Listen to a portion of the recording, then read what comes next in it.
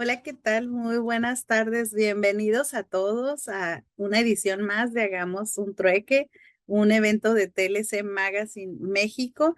Le damos la bienvenida a nuestros panelistas y a nuestro ponente, el doctor Ricardo Méndez, que el día de hoy viene a hablarnos de los cambios en las reglas generales de comercio exterior, que es un tema en donde todo el mundo está hablando, y pues el día de hoy nos dará un avance, ¿verdad? Eh, Recuerden que como bienvenidos todos los que están sumándose. Antes, si me permite, Ricardo, antes de comenzar con este trueque, como todo el mes de octubre hemos estado participando de la campaña de prevención de cáncer de mama. Bueno, pues hoy no es la excepción, y ya comentábamos el lunes que dentro de la prevención que debemos hacer, pues evitar las bebidas alcohólicas, un peso saludable, mantenernos activas.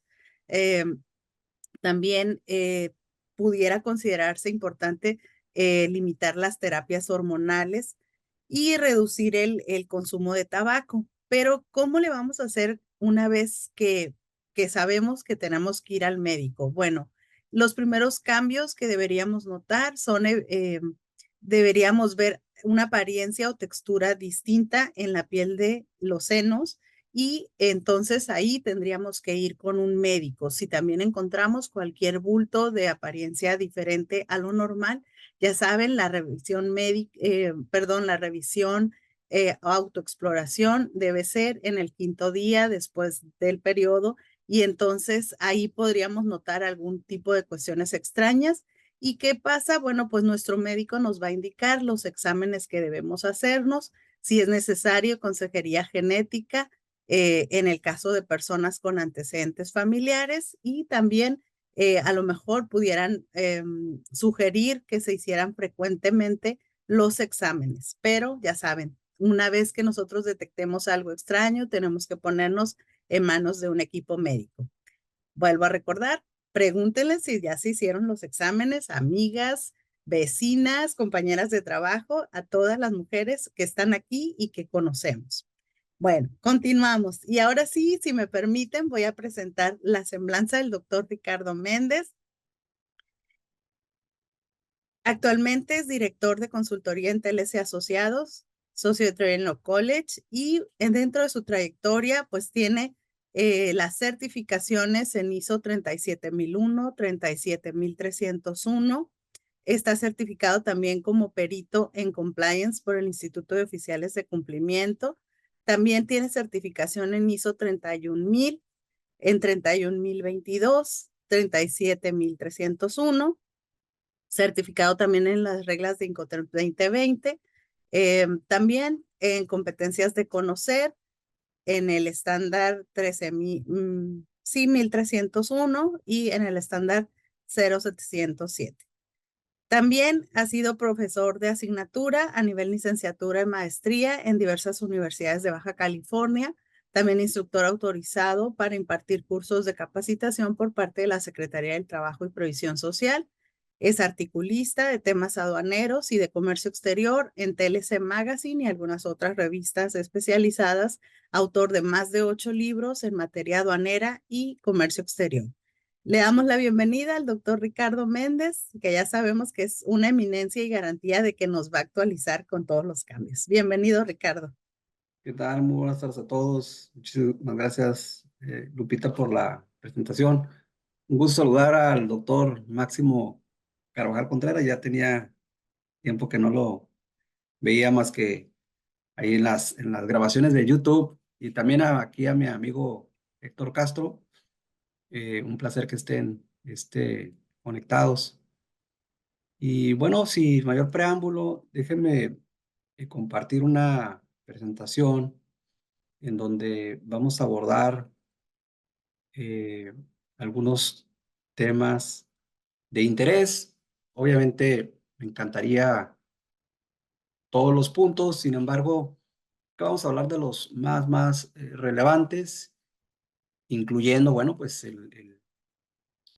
la modificación que tuvo el anexo 24, apartado C.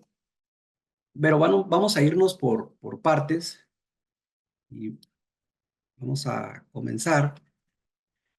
Miren, hay un tema relevante que se va a conocer a través de un comunicado en donde el Servicio de Administración Tributaria, pues, obviamente, eh, menciona que se va a reforzar la vigilancia para combatir prácticas abusivas. Ese es un tema de interés, sobre todo a veces por el uso de términos este, o palabras, si realmente guardan relación con la actividad que en su caso está realizando el contribuyente y si en ese momento la normativa vigente establece algún tipo de obligación relacionada con el cumplimiento y de alguna manera el contribuyente pues no sigue el procedimiento adecuado, ¿no? Porque el hecho de indicar abusivo, pues es como si estuviese en un momento dado transgrediendo posiblemente la normatividad. Y si en este caso el procedimiento no está regulado o de alguna manera pretende intensificar esos actos de fiscalización, pues a lo mejor el término no es el adecuado, ¿no? Sin embargo, así lo da a conocer. Por ejemplo, en el tema de empresas de mensajería, que vamos a comentar algunos puntos, pues menciona que se pretende supervisar para que las empresas identifiquen a quienes importan de Asia sin pagar impuestos y verifiquen que las mercancías declaradas son las mismas. Pero, o sea, puedes importar de Estados Unidos, puedes importar de otros países que no precisamente están en ese continente asiático y que de alguna manera también pueden en un momento dado introducir mercancías declarando información incorrecta, ¿no? Valores incorrectos. Por lo tanto, pues, no se cumple con el procedimiento. Y aquí vale la pena también mencionar que de algunos de los puntos que vamos a analizar es que, sobre todo, las empresas de mensajería y paquetería son eh, empresas que en un momento dado ponen a disposición de la información de la autoridad para que revise en un momento dado aquellos procedimientos donde existe un alto riesgo. O sea, creo que también, al igual que otros esquemas que vamos a ver más adelante, como el famoso CECIT, son de las pioneras en términos de aduanas para que la autoridad tenga acceso, pero en este caso a procedimientos de riesgo, ¿no? Entonces, ese es un punto, ¿no? El otro, pues está relacionado con implementar nuevos requisitos para las empresas que realizan importaciones temporales, que obtengan pues ese registro en el esquema de certificación de empresas o la garantía del interés fiscal, a efecto de asegurar el retorno al extranjero. Y bueno, pues aquí en realidad la autoridad tiene, las empresas están cumpliendo, ¿no? Por ejemplo, la presentación de avisos, si no están cumpliendo el tema de los requerimientos, el inicio del procedimiento de cancelación, las visitas de inspección, de que están cumpliendo las obligaciones, etcétera. O sea, tiene varios mecanismos.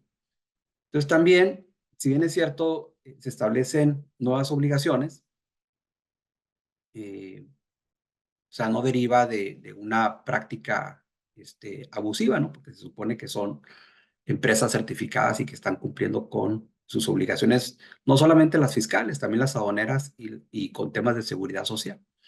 Hay otro punto que también se menciona en este comunicado que tiene que ver con las agencias aduanales que pueden ser sancionadas por cometer infracciones relacionadas con la importación o exportación, dado que participan en el despacho aduanero. Y esto, bueno, tiene relación con una contradicción de tesis ahí sobre la la sanción que puede ser aplicada en materia de regulaciones y restricciones arancelaria a los agentes aduanales y bueno, pues se incorpora como un criterio vinculativo y luego se incorpora también, se adiciona otro criterio no vinculativo, que probablemente a lo mejor es una mala práctica en donde pues las empresas introducen mezclas compuestas de azúcar con carbono activado o otra sustancia similar y ya una vez que está en territorio nacional se elimina ese componente y se hace esto con la finalidad de eludir el pago del impuesto de importación. O sea, probablemente tal vez esa, y fíjense, esa en particular se reguló como un criterio, en este caso, no vinculativo en el anexo 5. Es decir, las demás son obligaciones que de alguna manera se imponen para fortalecer la inspección, la revisión y el cumplimiento de las obligaciones, pero también en un momento dado pudiesen considerarse como excesivas en atención, pues de que se supone que son empresas registradas por la autoridad y que constantemente pues están siendo revisadas. Entonces, en el tema de las empresas de mensajería, los puntos más relevantes es que ya no se puede utilizar básicamente el RFC genérico. Normalmente, si una empresa pretendía importar o un contribuyente que no estaba registrado en el padrón de importadores, decía a la empresa de mensajería, llámese algunos ejemplos, FedEx, UPS, DHL, estas empresas grandes, ¿no? Que, oye, ¿sabes qué? Voy a importar una mercancía a través de un procedimiento simplificado, que son claves de pedimento T1, y pues no se proporcionaba el RFC, entonces se podía señalar el RFC genérico.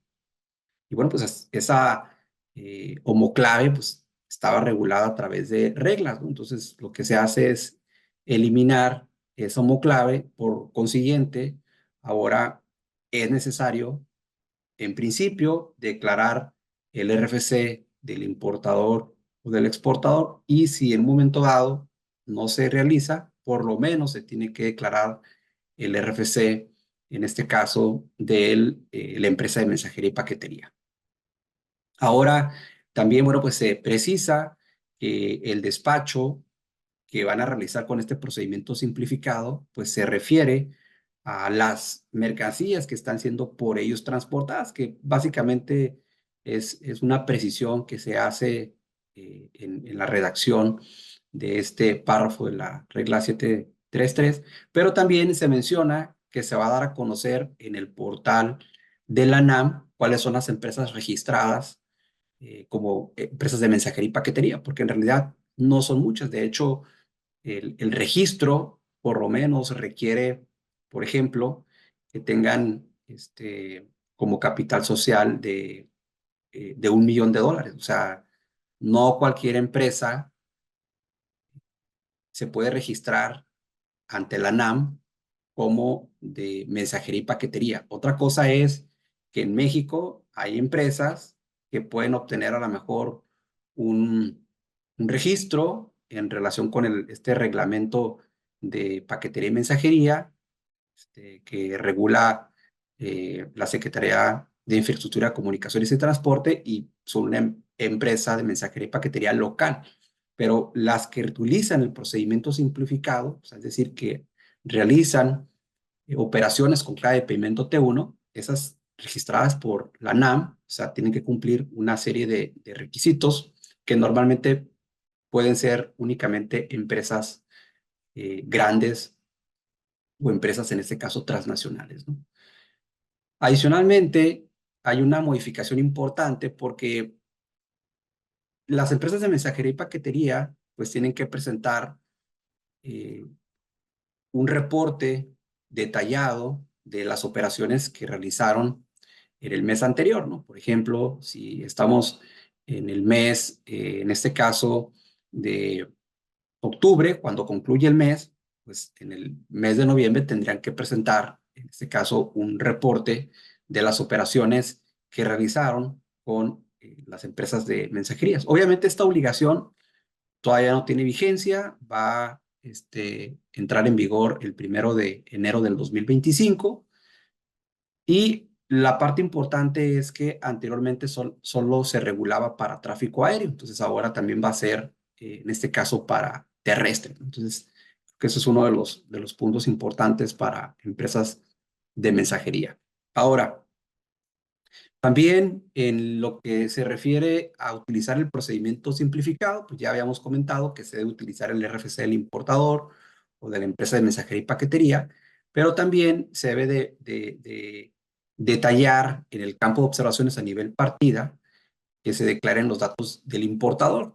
Cuando recordemos que el pedimento T1 pues es un pedimento global que puede venir diferentes destinatarios o consignatarios, entonces a nivel observaciones de partida se tiene que declarar los datos de la empresa, ¿no? Que te piden, por ejemplo, la razón o denominación social, que eso ya lo indicaba, lo que pasa es que decía que se declara en el pedimento, pero pues no decía dónde, entonces ahora ya se indica, debe de asentarse en las observaciones a nivel partida, ¿no?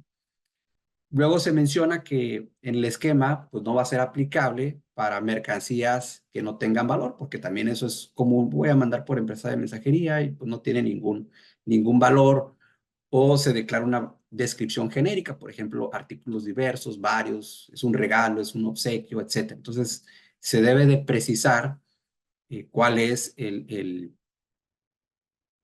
la mercancía, el producto, el artículo que se está enviando a través de este procedimiento simplificado.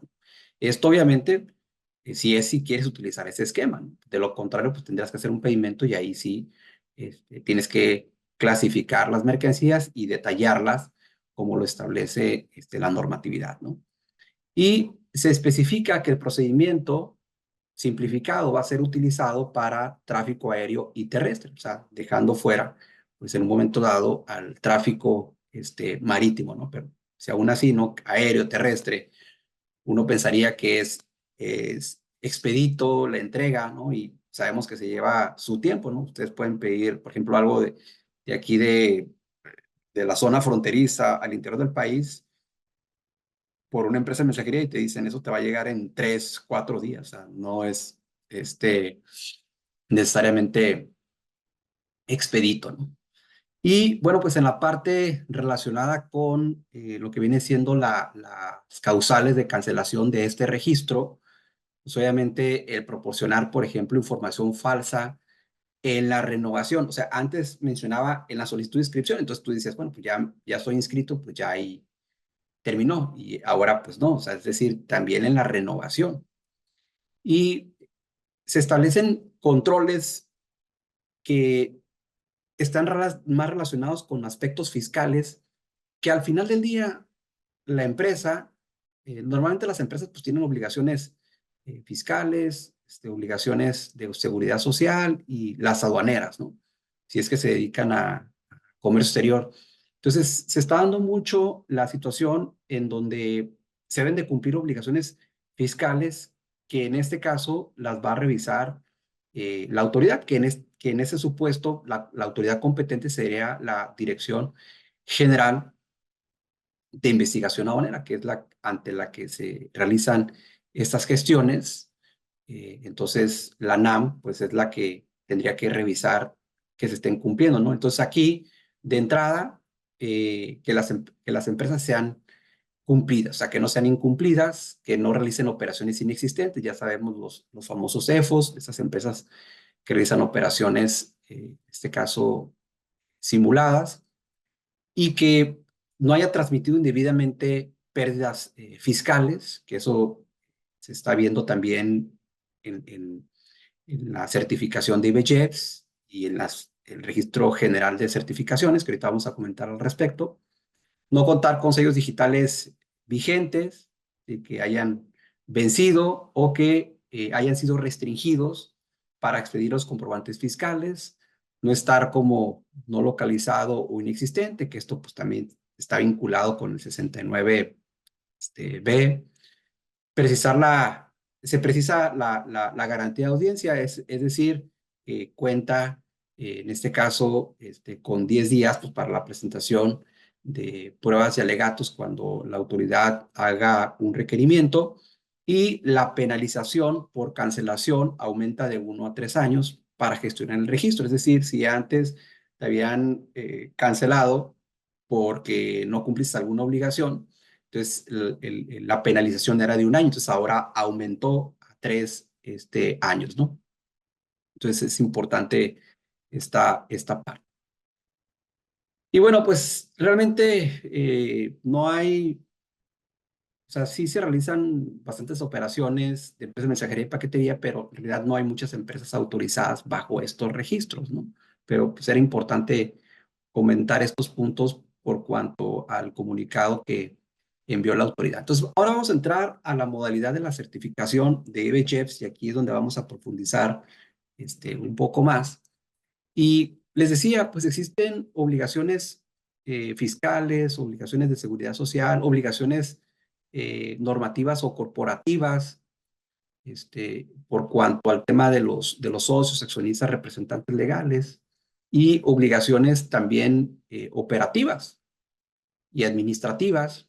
Pues lo podemos segregar. Obviamente, en la normativa se establece una serie de requisitos y obligaciones que debes de cumplir. Sin embargo, a veces para efectos de análisis, pues tratamos de separarlas. Y vean, las tendencias en temas de certificación, obviamente la información que está en el portal del SAT, eh, en datos abiertos, aquí lo podemos visualizar, pues ha ido con una tendencia ligeramente a la baja, ¿no? Sí, o sea, en diciembre de del cierre fueron 3,433 empresas. Vean, en agosto del 2024 hay 3,326, es decir, hay cancelaciones de empresas certificadas en nivel JEPS. De igual manera, por ejemplo, en el caso del operador económico autorizado, vean, en diciembre cierra con 631 y a la fecha hay 610, es decir, ligeramente una tendencia a la baja por cancelación de certificaciones de operador económico autorizado. Y en el caso del socio comercial certificado, donde está el autotransportista, está el autotransportista terrestre, ¿no? Porque también está el ferroviario, está el agente aduanal, los recintos fiscalizados, etcétera. Aquí vean también a la baja de 404 en el cierre de diciembre de 2023, pues hay 391. Entonces, ya hemos visto algunos comunicados, también el plan maestro del SAT, en donde ha revisado que se esté cumpliendo las obligaciones relacionadas con el registro en el esquema de certificación de empresas. Y aquí pues, no importa el sector, sino básicamente que cuentes con esa certificación. Y vamos a hablar así de manera general de 3, 4 reglas, y una de ellas es la de los requisitos generales, o sea, cuáles son los cambios que tuvo esta disposición, que los requisitos generales son para todos, o sea, son para todo el registro en el esquema de certificación de empresas, llámese eh, comercializador, importadora, operador económico autorizado, en el caso de socio comercial certificado, el, la modalidad de IBJEPS en cualquiera de sus rubros. En cualquiera de sus rubros tienen que cumplir con estos requisitos generales. Y solamente hay precisiones en cuanto al tener personal, porque antes se mencionaba contar con personal o tener personal registrado en el IMSS. Pues obviamente se entendería, ¿no? Que ese personal pues, es para que participe en el proceso productivo o prestar el servicio. Sin embargo, bueno, pues se precisa que ese personal es para realizar esa actividad. Ya se mencionaban ahí algunos otros puntos y se incorpora también que al subcontratar servicios especializados o ejecución de obras especializadas, aquellas empresas que tengan que registrarse en el REPSE porque realizan esa actividad, pues obviamente quien contrate esos servicios debe de cumplir la obligación fiscal, es decir, asegurarse que esas empresas están cumpliendo con lo que establece ese registro y lo que establece la ley de impuesto sobre la renta. Que esta obligación ya como les digo, se establece en la ley de impuesto a la renta, pues lo que hace es que la AGACE, que es quien administra, supervisa y verifica que se estén cumpliendo las obligaciones, pues también va a tener atribuciones para revisar eh, este, este tema, ¿no? Porque ya la autoridad fiscal, por ejemplo, la AGAF puede revisarlo, pero aquí el punto es que le están dando atribuciones a la GACE para que revise este tema en el ámbito de la supervisión del cumplimiento de la certificación de las certificaciones en general, ¿no? Luego, el no estar publicadas por el SAT, aquí hay una reorganización del fundamento, porque ya mencionaba empresas incumplidas, es decir, que tengan algún crédito, todo lo que menciona el 69 del código, ¿no? En sus fracciones. Y se mencionaba la de las operaciones existentes, que son los famosos EFOS, esas empresas que facturan operaciones simuladas, pero se adiciona las empresas que hayan considerado bajo la presunción de que transmitieron indebidamente pérdidas fiscales conforme al 69 bis del Código Fiscal de la Federación. Les digo, obviamente en la parte fiscal la deben de cumplir, sin embargo, se le da atribuciones a la GACE pues, para que revise este punto, ¿no? Y aquí yo les pongo una publicación del diario oficial, porque habla de los que hayan sido publicados en la lista global de definitivos. Hay una lista de los posibles contribuyentes que se ubican en ese supuesto, pero se tiene que revisar la lista global de definitivos. ¿Okay? Y también otra alternativa, pues evidentemente revisar el buzón tributario si hay un requerimiento o en su defecto tenemos pues hay una lista que se publica en el portal del SAT. Lo que tenemos que estar revisando pues es que esté actualizada porque a veces están desfasadas, pues, no hay cómo revisar el diario oficial de la Federación. El punto es saber pues, cuándo se va, en este caso, a publicarlo. Pero también aquí se dan a conocer esas empresas que se ubican en este supuesto. Bueno, continuando con los requisitos generales para la obtención del registro general, hay una modificación en relación con las atribuciones que tiene la AGACE para realizar esas visitas de inspección inicial o inspecciones de supervisión. Lo que pasa es que antes mencionaba que podía supervisar el cumplimiento de los parámetros. Entonces, digo, si era incorrecto decir los parámetros, porque, pues, bueno, ¿cuáles son esos parámetros? Entonces, modifican ese término e incluyen requisitos y obligaciones. Entonces, pues ya es, está más ad hoc pues, a lo que establece la normatividad, ¿no? Porque son requisitos por los cuales se otorgó la certificación y las obligaciones que derivan una vez que se obtiene la certificación. Entonces, correcto decir requisitos y obligaciones. Y evidentemente, la parte trascendental, que ahorita la vamos a ver de manera desmenuzada, que es el llevar el control de inventarios que establece el artículo 59, fracción primera, en términos del anexo 24. Aquí está interesante porque incorpora un nuevo apartado que es el C. Sin embargo, pues está vinculado con el artículo 59, fracción primera, que es el que establece la obligación de contar con un sistema automatizado de control de inventarios.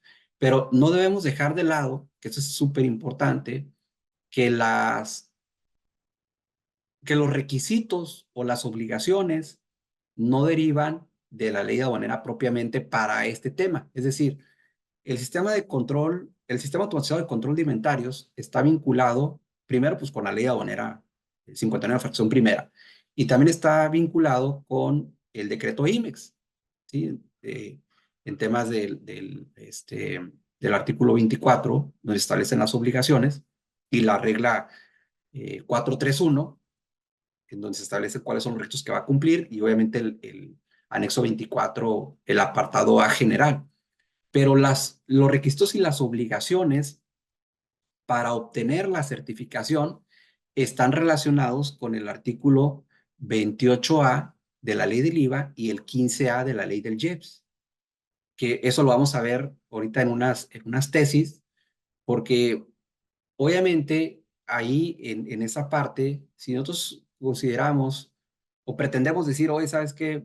Es ilegal de entrada, pues ya hay dos tesis de esos artículos que le estoy mencionando que indica que el Servicio de Emisión Tributaria tiene la atribución, porque se la dio el legislador en esos dos artículos, de establecer cuáles son los requisitos por los cuales se puede obtener dicha certificación. Entonces, estos requisitos se han ido modificando en el transcurso del tiempo desde el 2014 a la fecha y, y han variado, este, y obviamente en este caso, pues sí, eh, repercuten de entrada pues al contribuyente, ¿no? Y luego en esta otra fracción, pues obviamente lo único que se incorpora es el tema de los representantes legales, que les decía aquí, hay obligaciones como corporativas, obligaciones normativas, en donde pues no solamente los socios accionistas, que eso ya se mencionaba, sino se incluyó a los representantes legales con facultad para actos de dominio, que ya el representante legal para actos de dominio, pues sabemos que debe tener esta calidad, sabemos de que tiene que estar el cumplimiento de sus obligaciones fiscales, pero no estaba relacionado con tener un representante legal al cual se le hubiese cancelado, en este caso, la certificación, y se incorpora esta fracción quinta, básicamente habla sobre presentar información falsa, ¿no? Entonces, estos supuestos, o sea, no significa que una empresa le cancelen y vaya a afectar a otras, ¿no? Sino si esa cancelación deriva de proporcionar información falsa, entonces ahí sí puede tener una repercusión con las otras empresas, ¿no? Pero bueno, ahorita vamos a profundizar un poquito más sobre este tema, ¿no? Y voy a dar respuesta ahí a las preguntas. Creo que va a ser esta parte importante, ¿no? Entonces, en la cuestión de la regla 712, esta es relevante porque esta regla 712 te establece los requisitos que deben de cumplir específicamente la de la modalidad de IBJEPS rubro A. Pero no solamente son para el rubro A, también son para el rubro AA y AAA, porque resulta ser que la regla 713 en su primer párrafo pues te indica que van a cumplir con lo que establece la regla 713, pero también con lo que establece la regla 712. Entonces, estos requisitos son para todas, o sea, son para la A, la AA y la AAA. Y bueno, pues se cambia lo que es el formato, que en realidad sabemos que es un formato electrónico. O sea, ya no se utilizaba propiamente el formato que estaba establecido en el anexo 1. Entonces deciden dejarlo como una ficha de trámite, que es la 153, y que le llaman solicitud para la inscripción en el registro del esquema de certificación de empresas y aviso para su renovación. Entonces, acuérdense que antes teníamos como dos documentos, entonces ahora tenemos un solo documento y bueno, pues de alguna manera es simplificar, ¿no? Luego se modifica otro supuesto para indicar que se acredita, que se debe acreditar que cuenta con inversión en territorio nacional. Antes solamente mencionaba contar con inversión en territorio nacional. Bueno, pero no solamente es contar, hay que acreditarlo. ¿Y cómo lo acreditas? Bueno, pues a lo mejor con el título de propiedad del inmueble o con el contrato de arrendamiento, el contrato de comodato, con los comprobantes fiscales, con los pedimentos de la maquinaria de equipo, de los insumos, etcétera. Que esto realmente es una carpeta que te pide la autoridad en la supervisión de que acredites la inversión. Entonces ahí se establecen diferentes puntos, ¿no? Luego, en la descripción de las actividades relacionadas con los procesos productivos y de servicio, lo único que hace es precisar de que se debe de plasmar, obviamente, en el escrito, desde el arribo de la mercancía al territorio nacional, porque antes decía desde el arribo de la mercancía, pero no se especificaba si era desde origen o del país de procedencia. Entonces, ya ahora te dice desde el arribo de la mercancía al territorio nacional. Entonces, desde que llega, en este caso, a México, ¿no? Porque imagínense si tenían mercancías que provienen de diferentes países, pues estar especificando, y esta viene de origen de algún país de Asia o de algún país europeo o de algún país, en este caso, de Sudamérica, etcétera. Entonces ahora se especifica que se refiere a la mercancía del territorio nacional. Ahora, hay una parte importante en cuanto a las obligaciones para las mercancías sensibles y que desde mi perspectiva ha generado cierta confusión, y yo lo veo de esta manera, ¿no? Digo, al final habrá diferentes puntos de vista, opiniones, sin embargo, les platico mi perspectiva. Por ejemplo, cuando yo voy a obtener una certificación, o sea, desde el 2014 hasta antes de que saliera esta publicación, se establecía como requisito, por ejemplo, que cuando yo iba a solicitar la certificación, que tuviese 12 meses operando y que si era una empresa nueva, decía, pues no vas a cumplir con ese requisito. Pero si tienes más de 12 meses operando, porque había muchas empresas que ya estaban constituidas desde hace tiempo, te menciona en la regla 712, obviamente en el apartado A, te menciona que debes de exportar por lo menos 12 meses. O sea, cuando tú vas a presentar la solicitud, debes de tener 12 meses la mercancía ya retornada. Es decir, que no presentes mercancía posterior de esos 12 meses, que no la presentes para efectos de gestionar la certificación. O sea, la mercancía que tú menciones ahí ya debe haberse retornado en el periodo de 12 meses. O sea, prácticamente, sabiendo que tú tienes 18 meses, ¿no? Tienes 18 meses, porque aquí estamos partiendo desde el punto de vista que en ese momento, pues no tienes la certificación. Entonces, son 12 meses, ¿ok? No deben de exceder de 12 meses. Y aquí lo que te indica es, de la misma forma, que cuando tú vas a obtener el registro de mercancías sensibles, o sea, aparte de que debes de tener 12 meses operando, las mercancías debes haberlas retornado durante los últimos 12 meses. Es decir, que cuando vas a realizar la gestión, tú debes haber ya retornado las mercancías en esos 12 meses. Pero eso no significa que esto lo vaya a tener que cumplir en todo tiempo, porque, por ejemplo, en el apartado A, pues te establece la misma redacción de los 12 meses y obviamente tú sigues gozando de tus 18 meses, tú sigues usando, si ahora tienes el operador económico autorizado, de tus 36 meses. Si se disminuye en un momento dado la temporalidad, tendría que decir expresamente ya la temporalidad sería de otra, ¿no? Porque visto como que a veces se piensa que disminuyó a 12 meses la temporalidad para mercancías sensibles. De mi perspectiva, no es así. Es decir, sigues conservando tus 36 meses, tus 18 meses, solamente que para el momento de que vas a gestionar por primera vez la solicitud de la certificación, si se trata de mercancías sensibles, igual que las que no son sensibles, las mercancías que estás presentando debes haberlas retornado durante 12 meses. O sea, que en ese momento no tengan más de transcurrido 12 meses. Y en este caso se incrementa también el porcentaje. El porcentaje ahora es del 80% para las mercancías sensibles, ya sea que sean de lo que viene siendo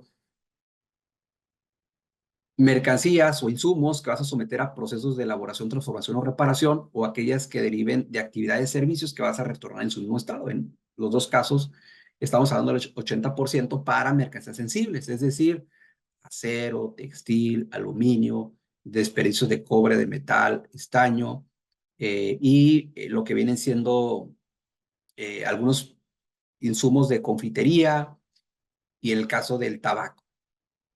sea, esas son las mercancías sensibles. Y las del anexo 28, pues es textil y confección. O sea, están incluidas ahí en el sector de textil del anexo 2, básicamente.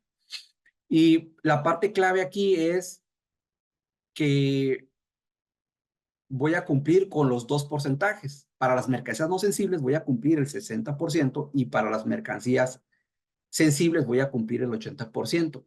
Las empresas que se les conoce como maquiladora puras o 100% exportadoras, pues no van a tener ningún problema porque todo lo que importa temporalmente lo retornan. O sea, no van a tener inconveniente en cumplir estos porcentajes. En teoría, ¿no? Hay que hacer esas revisiones. Lo que sí está interesante es que normalmente nosotros tomamos en cuenta el 60% de manera general, pero ahora no, lo tenemos que segregar. Tenemos que identificar las fracciones sensibles y de ahí es hacer ese cálculo similar como lo hacíamos general, pero solamente para las fracciones sensibles. O sea, tenemos que identificar todas las fracciones del anexo 2, las del anexo 28, y de ahí sacar el cálculo del 80%. O sea, podemos realizar esa actividad para cuando esto se aplique, porque esto, obviamente les digo, esto va a ser a partir de que renueve, porque recordemos los transitorios solamente se están aplicando de manera retroactiva para lo que es el anexo 24 apartado C, pero lo demás es a partir de que renueve o que obtenga por primera vez mi certificación. Bueno, hay otra parte relevante que también, bueno, pues es una facilidad y esta en principio tiene relación con la eliminación de que ya no necesitamos dar de alta lo que vienen siendo las bodegas, los domicilios donde se realizan los procesos productivos, las modificaciones de denominación o razón social, ya no necesitamos realizar esas modificaciones. Ojo, esto es para las nuevas empresas, porque esta facilidad, a lo mejor puedes decir, pues yo la voy a aplicar, pero lo que te menciona la normatividad, bueno, pues que las vas a aplicar en función de las obligaciones que tú tengas cuando fue obtenida tu certificación. Entonces, esa sería para las nuevas. Por lo tanto, este tema pues hay que estarlo cumpliendo, ¿no?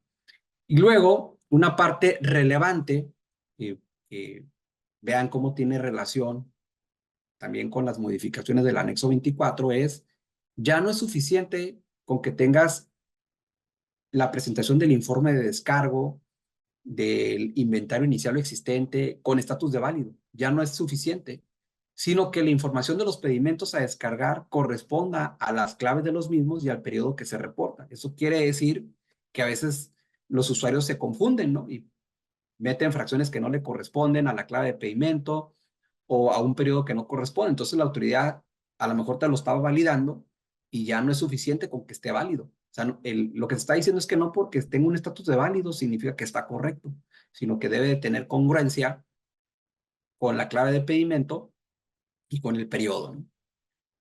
Y otro tema relevante, pues también tiene relación con lo que viene siendo la presentación de estos avisos. Y yo creo que la autoridad sí debe de publicar una serie de preguntas frecuentes, porque si bien a veces las cámaras o organismos se acercan con la autoridad y solamente eh, algunos usuarios, ¿no? Que trabajan para las cámaras o colaboran de manera interna o honorífica, pues van a tener cierto acceso a determinada información y eso al final del día, pues se supone que si se maneja el tema de transparencia, pues todos debemos de conocer lo mismo.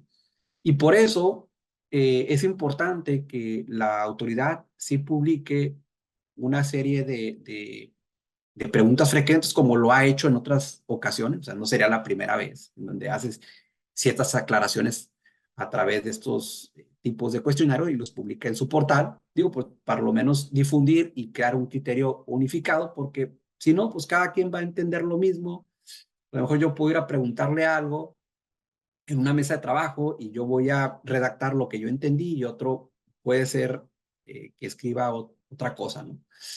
Y obviamente la información este, se, se modifica y pues no hay certeza sobre lo que se está planteando. Pero bueno, este tema es importante porque aquí nos indica que si yo quiero importar mercancías adicionales, tengo que presentar un aviso a la autoridad por lo menos 30 días previos a aquel en que se pretenda efectuar la primera importación. Sin embargo, la redacción pues no es del todo correcta en el sentido o suele ser confusa porque menciona el aviso en ningún caso se podrá presentar para actividades relacionadas con procesos productivos o prestación de servicios distintos a los manifestados en la solicitud de inscripción. Entonces, imagínense, cuando ustedes solicitaron la gestión de la certificación, incluso lo menciona la nueva ficha, es señalar la actividad principal, la actividad preponderante. Entonces, probablemente a lo mejor yo puse, hoy, ¿sabes qué? Manufacturas de plástico, pero también realizo otros productos. Entonces, si yo quisiera ampliar las fracciones arancelarias, me va a decir la autoridad, no, pues no te lo voy a rechazar porque eso no lo señalaste en la solicitud inicial. Entonces, algunos dicen, no, es que esto es para mercancías sensibles. Ciertamente, así como está la redacción de la regla, no indica que solamente sea para fracciones sensibles. Por ejemplo, si son de la ficha 118, que yo presenté una serie de fracciones y quiero agregar más fracciones, presenta el aviso. O sea, no me presente la ficha 118, sino presente este aviso, el de la ficha de trámite 154. Pero eso no indica. Entonces, obviamente, a partir de que yo renueve, imagínense que ya empecé a lo mejor con plástico y ahorita estoy trabajando con textil, que en su momento se presentaron, necesito más fracciones y la autoridad indique no, porque cuando presentaste tu solicitud inicial no venía ese proceso productivo. Entonces, sí está interesante cómo lo va a visualizar, en este caso, la autoridad, ¿no? En el tema de las causales de requerimiento, aquí, de entrada, se incorpora este supuesto de las empresas que transmitieron indebidamente pérdidas fiscales. O sea, ya estaba las empresas incumplidas, las empresas que realizan operaciones inexistentes. Entonces, si te ubicas en ese supuesto, la autoridad te va a requerir. Ahora, por ejemplo, si no cuentas con personal suficiente para realizar el proceso productivo, te va a requerir, ya mencionaba, no acredite contar con personal, pero ahora es suficiente para realizar el proceso productivo. No tener el personal registrado en el IMSS y también incorpora el subcontratar servicios especializados que no estén cumpliendo con esas obligaciones fiscales, pues te va a requerir. Uno de los puntos que me llama la atención, que se parece a otro supuesto, pero este es relevante porque el otro indica cuando no se retornen, no se transfieran, no se cambien de régimen, las mercancías, dice, cuando en facultades de comprobación no se detecte que no se retornan, que no se transfieren, que no se cambien de régimen, pero indica cuando en facultades de comprobación, es decir, cuando me encuentre en una revisión de gabinete, probablemente cuando me encuentre en una visita domiciliaria. Entonces tendría que pasar eso para que después la autoridad indique, oye, ¿sabes qué? No se detectó el retorno de esta mercancía, entonces ya se inicie el procedimiento de cancelación de la certificación. Pero ahora no. Ahora indica cuando no hayan retornado las mercancías importadas temporalmente. Pero es decir, que si la autoridad detecta que excedí los plazos, o sea, si tengo material vencido, me puede suspender o iniciar el procedimiento de cancelación de la certificación. O sea, este punto sí es importante. Entonces, como está la redacción, así tal cual, es decir, por el simple hecho de en una visita de inspección, la autoridad me detecta que tengo mercancía vencida, que ya feneció el plazo, como no la he retornado, entonces tendría yo la obligación, evidentemente, de retornarla o regularizar, pero como no lo he hecho, pues ya me ubico en ese supuesto y me puede iniciar el procedimiento de cancelación. Porque ya no indica, el otro se mantiene, ¿no? Pero el otro indica, les digo, que cuando se encuentren en facultades de comprobación, se detecte que no se retornó, no se transfirió, no se cambió de régimen. Es diferente, porque es en facultad, ya están. Bueno, entonces, en temas del procedimiento de requerimiento, en el registro en el esquema de certificación de empresas, aquí se establece el plazo a los 6 meses, que antes no teníamos como un plazo para que la autoridad resolviera. Ya sabemos que todo esto se da a través de un aviso, tenemos 4 días para que surte efectos y luego tenemos los 20 días para cumplir. Se puede ampliar conforme a la regla 7111, se puede ampliar el plazo por 10 días adicionales, se da respuesta al requerimiento y no se tenía el tiempo de que la autoridad iba a resolver. Ahora ya se establece el plazo, en este caso de 6 meses, ¿no? Y en otro supuesto de la regla 724, pues básicamente aquí lo único que se precisa es que pues se van a tener los 10 días para la presentación de pruebas y alegatos. Entonces, una vez que concluyen esos 10 días, se empieza a transcurrir el plazo de los 4 meses. Básicamente hace esa precisión. Y vamos con el anexo 24, el apartado C, de manera general. Vamos a ver los puntos siguientes, ¿no? Aquí, por ejemplo,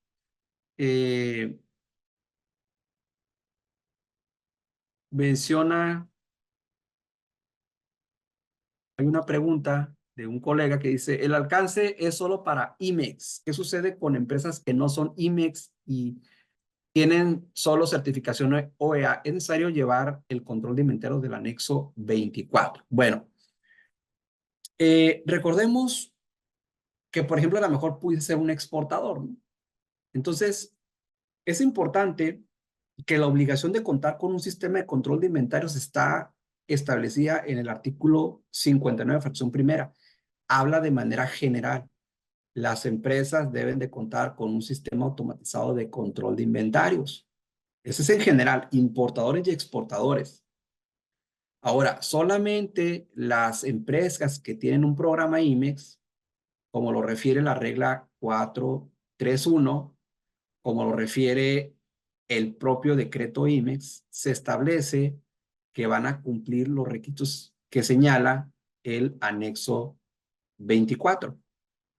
Ahora, este apartado C, desde mi perspectiva, pues la redacción no es del todo correcta porque habla de las empresas que cuenten con el registro en el esquema de certificación de empresa. Entonces ahí incluye al OEA.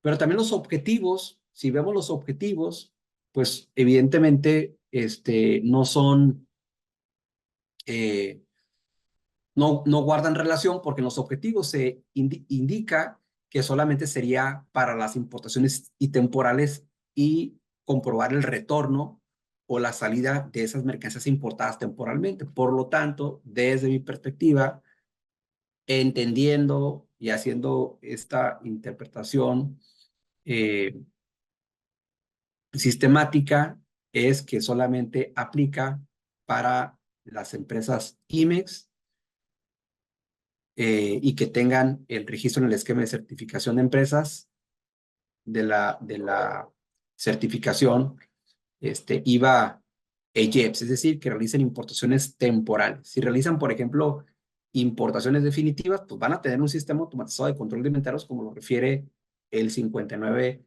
fracción primera, pero no van a cumplir los requisitos desde mi perspectiva que establece el apartado C. Dice, la ficha de trámite para OEA se podrá presentar en las oficinas, aunque mandatoriamente señala la BUSEM, siempre ha mencionado BUSEM, pero generalmente no funciona, no se puede subir el volumen de información que se requiere para una solicitud en ocasiones por renovación. Sí, este detalle obviamente pues, va a persistir, aunque cambie el formato, ya no tenemos un formato, porque luego me han dicho, oye, voy a utilizar el formato, bueno, pues ese formato que anteriormente se utilizaba ya no existe. O sea, ahora se quedaron fichas. Entonces, probablemente complementándolo con un escrito y también poniéndote en contacto con la autoridad. Recordemos que en muchas de esas situaciones nos ponemos en contacto con la autoridad, o sabes que por el volumen de hoja, no se puede cargar todo, marcando errores, oye, esto te lo envío y tener acercamientos con la autoridad, ¿no? Respecto al nuevo aviso para adicionar mercancía, de acuerdo con el comunicado INDE, solo aplica para mercancías sensibles. La pregunta es, ¿esto sustituye a la ficha de trámite que existía? Pues no recuerdo que la hayan derogado o cómo saber qué ficha aplicar. Bueno, de entrada, por eso es la parte importante de las preguntas frecuentes, porque, por ejemplo, a lo mejor en este organismo que mencionas, pues vas a decir, es que dices ese organismo, pero bueno, yo no estuve ahí, ¿no? No sé, a lo mejor tienes algún conocido que sí estuvo, ¿no? Y pues crees lo que te indica, pero no es de considerar lo que esa persona dice o lo que entendió, sino es que lo diga la autoridad. Entonces, desde mi perspectiva, por eso les digo el tema de las preguntas frecuentes. O sea que nomás ese sector son los únicos que tienen las respuestas correctas. O sea, es un tema importante, porque les digo, hay otros organismos empresariales que también se presentaron que a lo mejor no los difundieron, ¿no? Y pudiese entenderse de diferente forma, ¿no? Por eso no me gusta decir, sí, sigan lo que indica el comunicado. Solo se debe prestar escrito con el usuario mediante escrito libre, se tiene por cumplido porque ninguna parte menciona por medio de qué plataformas de acceso, ¿no? Sí, hay muchos temas importantes que ahorita vamos a comentar de manera breve. Bueno, sabemos que hay muchos temas que no se mencionan. Ya después lo vamos a tocar más a detalle en una capacitación, pero aquí de manera breve.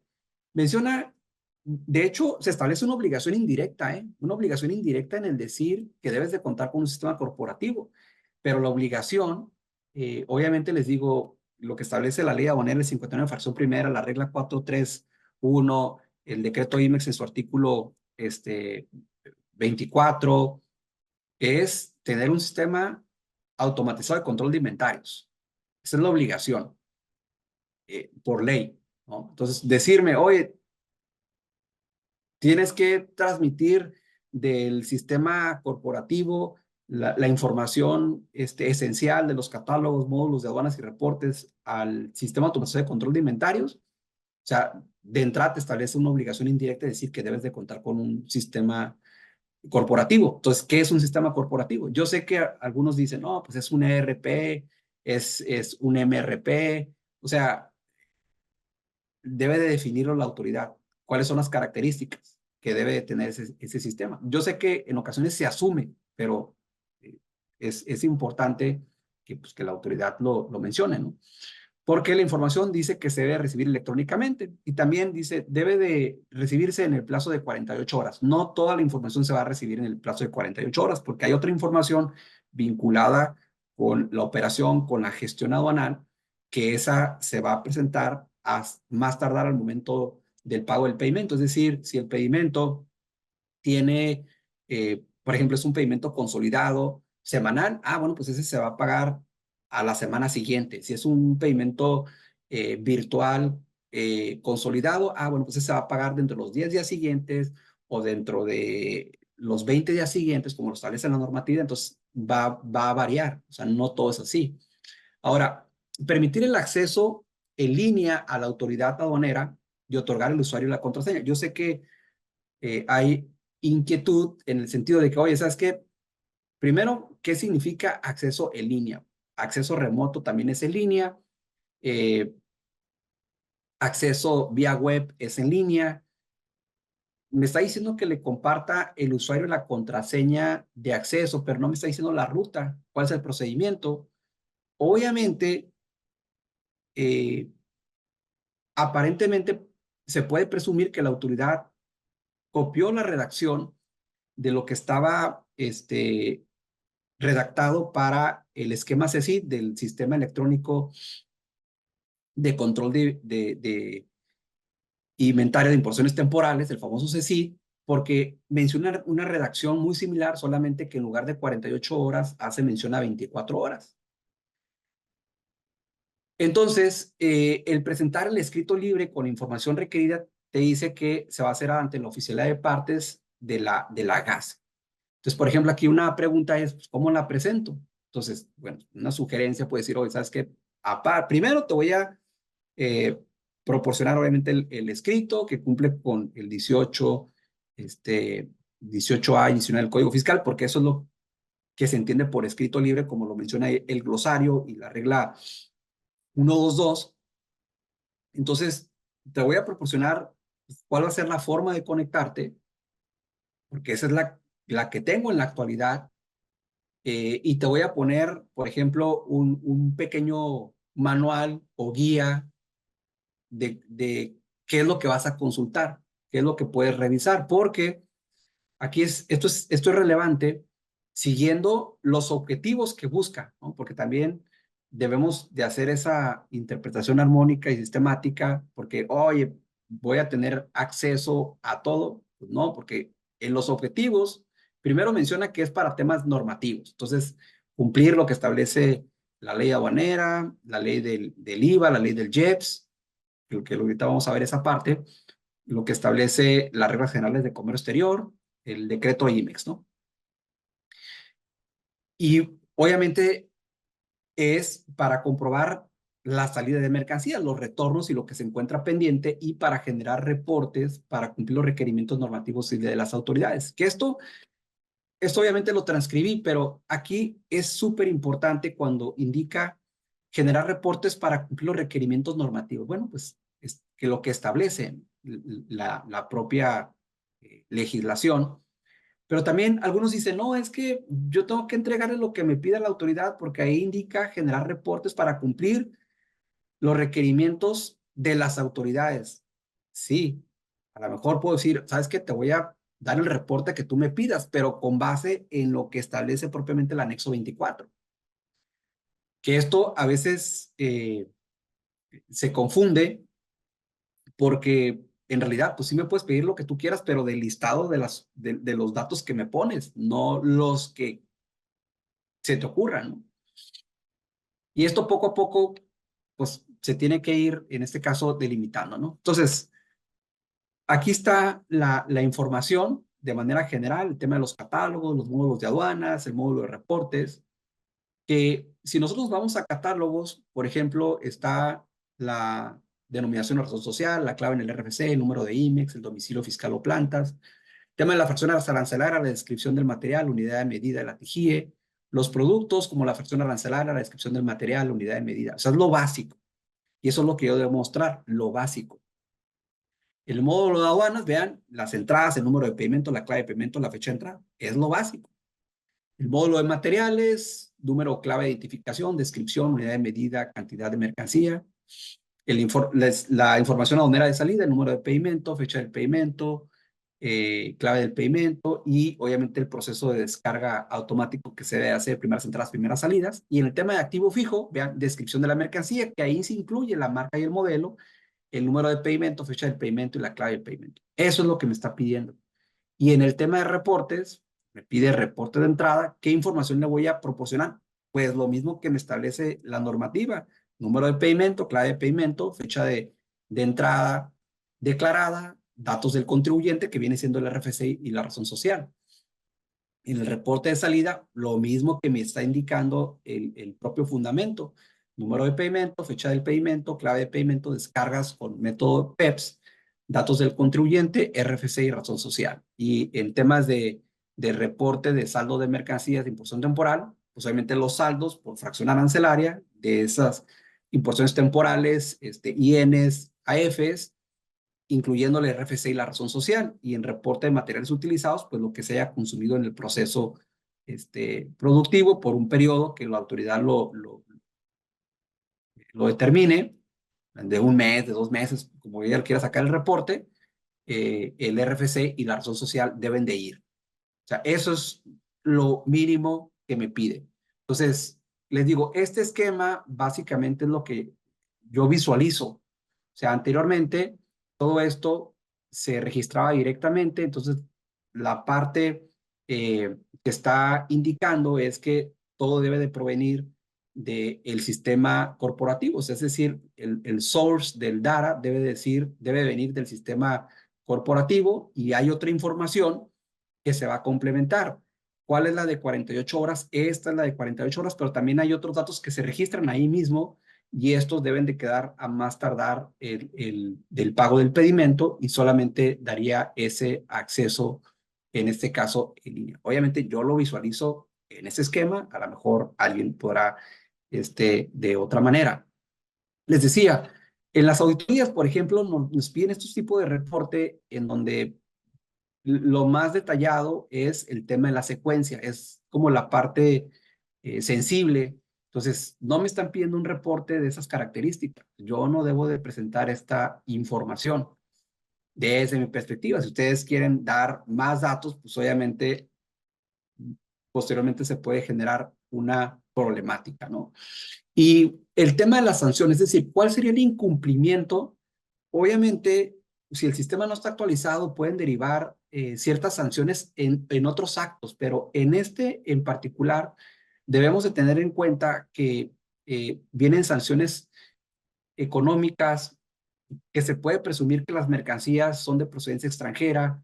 A lo mejor la autoridad, el SAT, por oficio puede decir a la Secretaría de Economía, hoy sabes que inicia la cancelación del programa IMEX. Se puede establecer un requerimiento, por ejemplo, en certificación de IBJEPS, vean la redacción, dice, no acreditar que el control de inventario se encuentre de conformidad con el 59 fracción primera y demás disposiciones que para tal efecto establezca el SAT. Es decir, esas demás disposiciones puede ser el anexo 24, apartado C de las reglas generales de comercio exterior.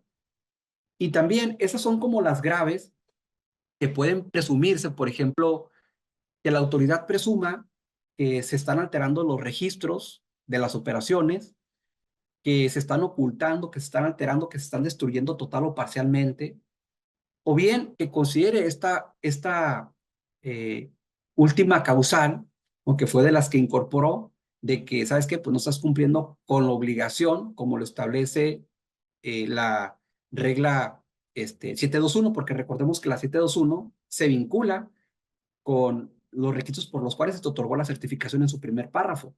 Entonces, puede ubicarte en este supuesto. Entonces, ya en resumen, pues sí, hay algunos puntos que es necesario, evidentemente, que la autoridad aclare. Y también quiero comentarles así muy breve que no es el único supuesto en donde la autoridad ha solicitado que el contribuyente proporcione o comparta acceso en línea de la información. Tenemos el de las empresas de mensajería, donde dice, por ejemplo, proporcionar acceso en línea a su sistema de análisis de riesgo a la aduana. Por eso me sorprende que la autoridad diga que prácticas abusivas. Oye, si tú desde hace mucho tiempo has tenido acceso al sistema de las empresas de mensajería y paquetería, entonces si te estás dando cuenta de algo, bueno, pues entonces establece esa regulación, o sea, quita el, el, el, modifica los porcentajes o establece alguna regulación adicional, ¿no? Que ya lo hizo, pero menciona que por prácticas abusivas. Por ejemplo, en registros de materia de emisión de contaminantes, los prevalidadores deben de proporcionar cierta información, en este caso de los pedimentos a la autoridad. Y en el CECIT, no más a lo mejor de 30 empresas a nivel nacional que tienen este esquema, pero bueno, pues ahí desde hace mucho se ha establecido este procedimiento que aquí vale la pena mencionar. Existe un organismo certificador, que normalmente esos organismos certificadores son las propios organismos empresariales que emiten un dictamen para decir, sabes que esta empresa está cumpliendo con el sistema electrónico de control de inventarios de importaciones temporales, ¿no? Que les digo, no es algo nuevo. Y yéndonos un poco para este mismo supuesto, pero vean en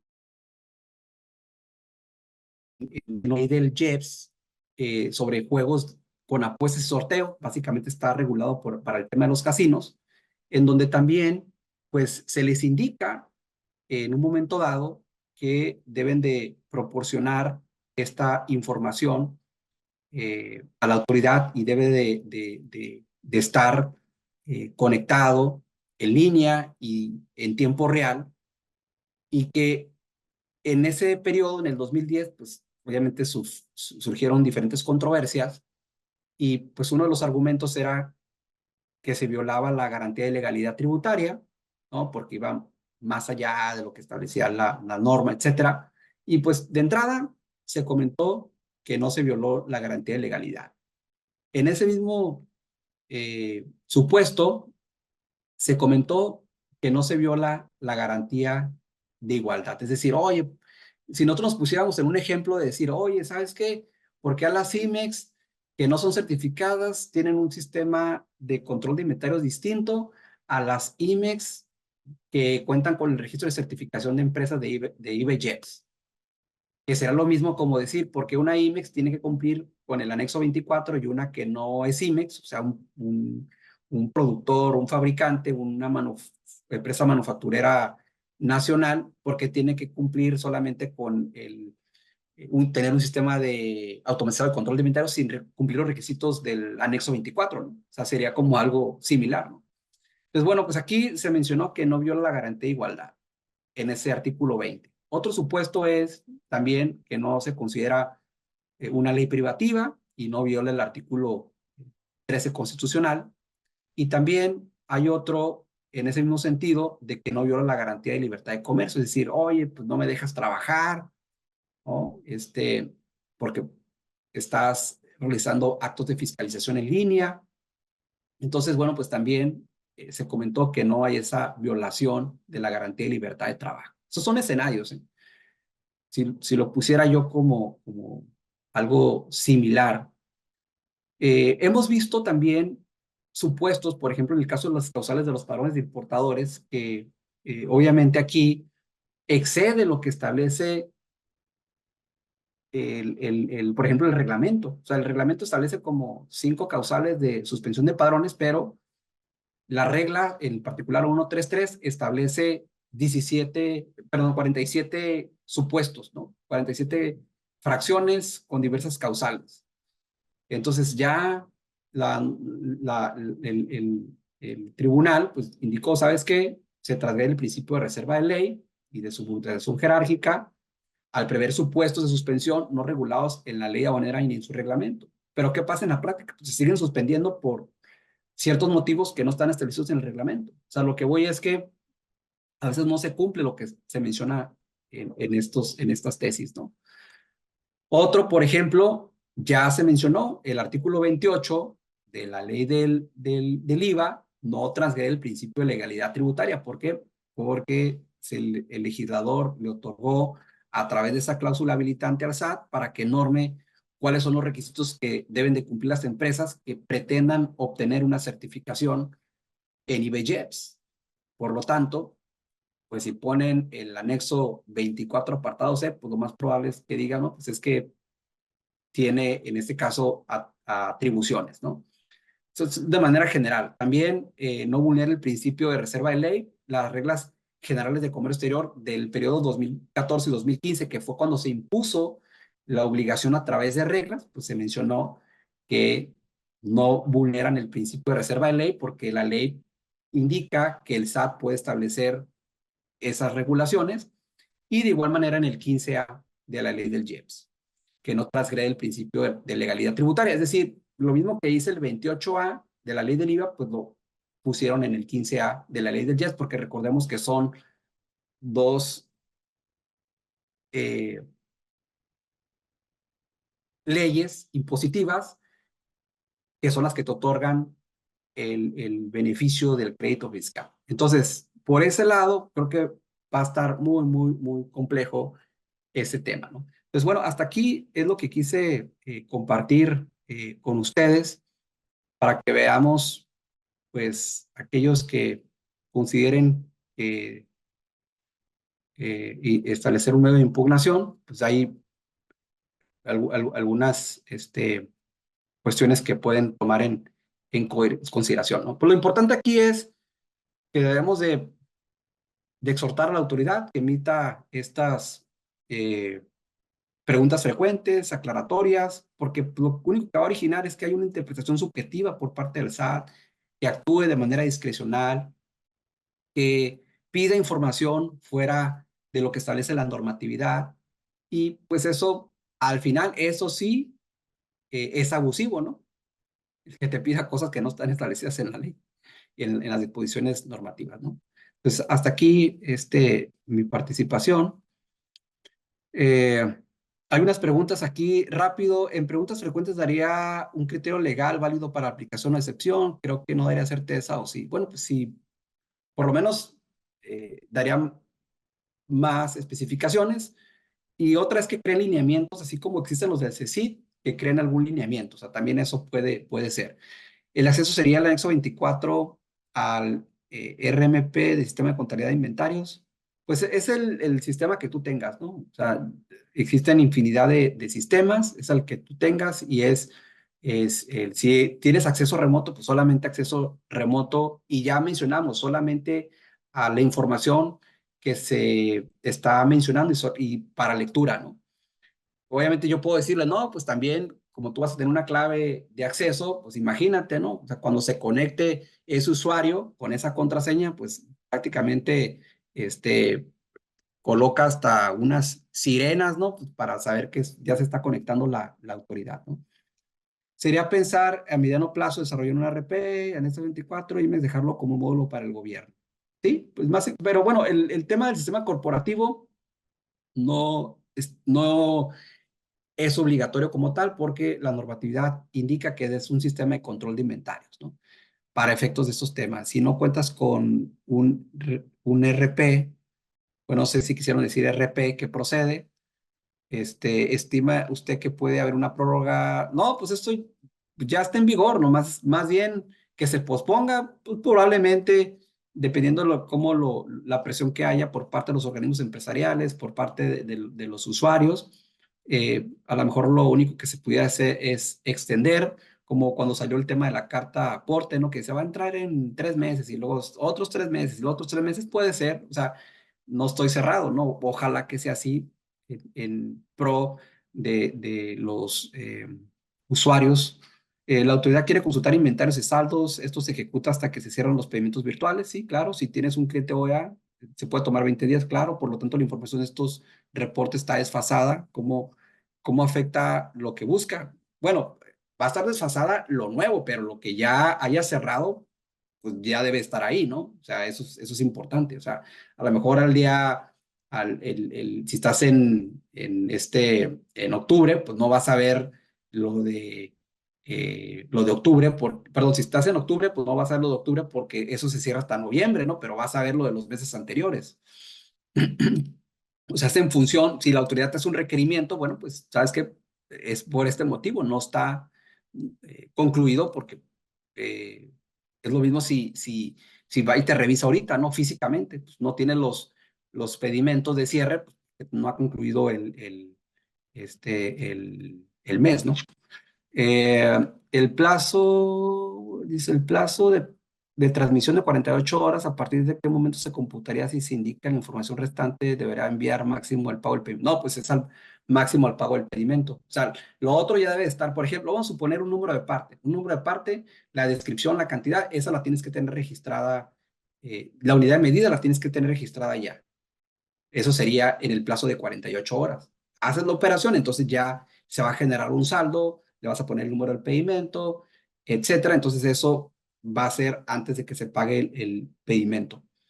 ¿Me pudieran, por favor, indicar si hay un grupo de ustedes por WhatsApp? Creo que sí, pero bueno, yo no tengo ese dato, pero aquí a lo mejor te lo pueden proporcionar. Bueno, eso sería todo. Creo que hay muchos temas relevantes y, y vamos a tener una capacitación, ahí podemos profundizar un poco más en el tema, ¿no? Aquí ya, de hecho me excedí el horario, ¿no? Pocas veces, pero bueno. Bueno, valió la pena, ni modo, tantas preguntas y tantas dudas, ¿verdad? Ahorita que mencionaron lo de WhatsApp, sí tenemos pero es la comunidad TLC.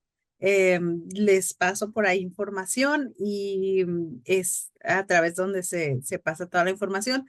De todos modos, sí vamos a generar, yo creo que un WhatsApp, una comunidad de aquí de Hagamos un Trueque de los que siempre estamos, ¿verdad? Muy bien, sí lo vamos a hacer. Muchísimas gracias, Ricardo. Le voy a ceder la voz a nuestros panelistas, que los veo que quieren comentar desde hace rato. Entonces, adelante, doctor Máximo. Me adelanto a mi amigo Héctor, que siempre lleva la delantera, porque terminando mi comentario, querido doctor don Ricardo Méndez, me voy a tener que salir. Este, felicitarlo a Ricardo como siempre. Y yo tengo alguna No duda. vemos su cámara, doctor. Se nos fue. A ver, perdón. Ya volvió, perfecto. Oh, sí, ya volví. Decía yo, felicitar. ¿Qué pasa cuando estos incumplimientos se dan reiteradamente? ¿Y qué pasa en las reincidencias en la cuestión de incumplimientos de las obligaciones, Ricardo? Bueno, mire, la empresa puede tener requerimiento, N número de requerimientos, ¿eh? A veces hay un requerimiento, por ejemplo, que no hizo el pago, un requerimiento que no tuvo la opinión positiva, un requerimiento que no cumplió el porcentaje, a lo mejor sí lo cumplió, un requerimiento porque no dio de alta un proveedor, un requerimiento porque el representante legal tiene opinión negativa. Entonces, hay requerimientos que pueden subsanarse a la brevedad, ¿no? Oye, a ver, tienes la opinión negativa porque, oye, es que no presentaste la anual. Ah, pues hay que presentarla, ya está positiva, ya se cumplió con la obligación y la autoridad obviamente te resuelve. El punto es, este, cuando no se cumple, ¿no? Ahí sí se inicia el procedimiento de cancelación. O sea, lo que pasa es que hay algunos supuestos que la autoridad te emite requerimiento y te avisa que el requerimiento, pues, obviamente es positivo porque no inició el procedimiento de cancelación. Entonces, en el procedimiento de cancelación, ahí ya no puedes aplicar los beneficios. En un requerimiento puedes aplicar la forma de pago 21, es decir, puedes gozar del crédito, pero ahí tienes ese pendiente de cumplir tu obligación, pero una vez que se inicia el procedimiento de cancelación, ahí ya pues, prácticamente tienes que pagar el IVA y no puedes gozar del crédito. Muy bien, me queda muy claro, Ricardo. Este, bueno, como siempre, pues una felicitación amplísima por todo el cúmulo de conocimientos que tienes y como nos los transmites, que nos los dejas a nosotros realmente muy digeribles. Como siempre, un abrazo, mi felicitación y sigue por esa ruta porque realmente eres una potencia en materia de comercio exterior y en materia aduanera. Muchas Pues felicidades y un ahí abrazo. siguiéndole los pasos, doctor. No, no, no, ha superado cualquier paso que yo dé, y lo digo con toda honestidad y con toda modestia, ¿eh? Muy bien, Ricardo. Y perdón, pero sí me tengo que salir después de esta felicitación y les dejo a don Héctor, que siempre es muy sesudo sus comentarios y lamento no escucharlos en esta ocasión. Un abrazo a todos y al público que nos está viendo. Gracias. Gracias, doctor Máximo. Adelante, maestro Héctor. Pues únicamente me sumo a la felicitación que el doctor Carvajal hace para el doctor Méndez. Evidentemente, el tema que aborda es de la mayor relevancia y de la mayor actualidad. Muestra de ello es el número tan grande que hubo de participantes. Es uno de los estrellas del trueque y siempre tiene mucho quórum porque es muy atinado en sus comentarios. Ricardo, yo tengo verdadera preocupación por la reforma en cuanto a dos temas específicamente. Uno de ellos es el espacio tan cortito de tiempo que dan para ajustarnos a la reforma. Estamos hablando de noviembre, ya tiene que estar funcionando y el plazo que se da para que tú registres sus operaciones de 48 horas. Evidentemente es un ideal que busca la autoridad de tener la información lo más actualizada posible, pero para las empresas que buscan estar operando y que pues luego viene el estar al corriente, les va a causar muchísima problema e inquietud, inclusive dentro de la comunidad. Esta reforma, el incremento de los porcentajes de retorno de mercancías sensibles, el plazo que se tiene para el registro de las operaciones y actualizar el anexo 28, y ha causado mucho escozor, pero me preocupa muchísimo el tema relacionado con el acceso, la clave del usuario y la clave de acceso, porque ya de alguna manera diste luz ahorita en que te van a dar acceso, pero eso no significa que puedas entrar a todo. Va a ser aquello relacionado con la materia competencia de la autoridad que va a estar vigilando el cumplimiento de la obligación. Pero, ok, va a ser relacionado con eso. ¿Y qué seguridad tenemos en el uso que le dé la información el personal de la administración tributaria? Es pregunta, ¿eh? Sí, entiendo la preocupación, que de hecho, por ejemplo, dice acceso en línea, pero tampoco te dice que debe de ser las 24/7, porque la autoridad no trabaja las 24 horas, ¿no? O sea, es decir, a lo mejor yo puedo decir, ¿sabes qué? Pues te voy a dar acceso de 7 de la mañana a 7 de la tarde, que no se menciona ahí. eh, y pues es lo mismo, o sea, también lo que voy es, por ejemplo, sabemos por ejemplo, el hackeo que tuvo hace tiempo el SAT. Eh, de la información, por ejemplo, que se recopila a través de las auditorías. O sea, ¿qué se hace con esa información? Aquí, si alguien la tiene o no, si la venden, si hacen otro uso, pues en realidad, digo, yo pues lo desconozco, ¿no? Entonces, eh, ciertamente no hay como una garantía, ¿no? Así te firmen algo, de que, se vas, Un es acuerdo de únicamente para motivos confidencialidad. exacto, de las facultades de supervisión, ¿no? Este,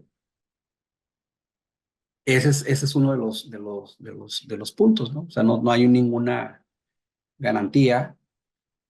Por eso les pongo los otros escenarios donde también se presenta esa situación.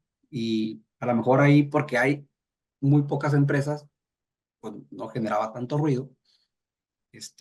Pero lo que sí puedo visualizar es que si revisamos las obligaciones que se han impuesto son para sectores muy, muy sensibles, por ejemplo, los casinos. O sea, quiere decir que nos están dando un tratamiento de casino, ¿no? De juegos y sorteos. O sea, imagínense, ¿no? De brindar ese acceso ilimitado a la autoridad, ¿no? En el sentido de 24/7, aunque no lo menciona, pero este, sí es un tema interesante, ¿no? Claro que sí, pues muchísimas gracias, Ricardo. Esperemos que en el curso que des de actualización de reglas generales tengas un poquito más de información por parte de la autoridad, a ver qué orientación nos dan al respecto. Pero sí es preocupante el hecho del acceso que tengan a los sistemas de las empresas y el indebido uso que pudieran dar a esa circunstancia. Pero bueno, ya está dado el palo, ahora a ver cómo nos lo sobamos. Exacto. Pues muchísimas gracias. Estamos en contacto y nos vemos hasta la próxima. Muchas gracias. Bueno, pues aquí les dejamos en el WhatsApp los datos del curso del taller que va a ser el próximo miércoles exactamente. Si tienen información, pues les podemos, o tienen alguna duda, les podemos hacer llegar más información. Como siempre, agradecerte, Ricardo, tu participación y vamos a entregar el reconocimiento TLC Magazine México y hagamos un trueque. Otorgan el presente reconocimiento al doctor Ricardo Méndez por hacer un trueque en la plática virtual con el tema Cambios en las Reglas Generales de Comercio Exterior el día 23 de octubre de 2024. Lo firma nuestro presidente, el doctor Octavio de la Torre, y la directora general, la maestra Daniela Martínez. Muchas gracias a todos por conectarse. Preguntaron por ahí si hay comunidad o grupo de WhatsApp. Me lo llevo de tarea y les comentaré la siguiente semana. Yo creo que sí, seguramente lo vamos a hacer. Y estamos aquí al pendiente. Que la pasen muy bien. Nos vemos el próximo lunes. Gusto saludarlos. Nos vemos. Hasta luego. No olviden que los pueden ver repetir en todas las redes de TLC Magazine, de TLC Asociados y de Trading College. Hasta luego.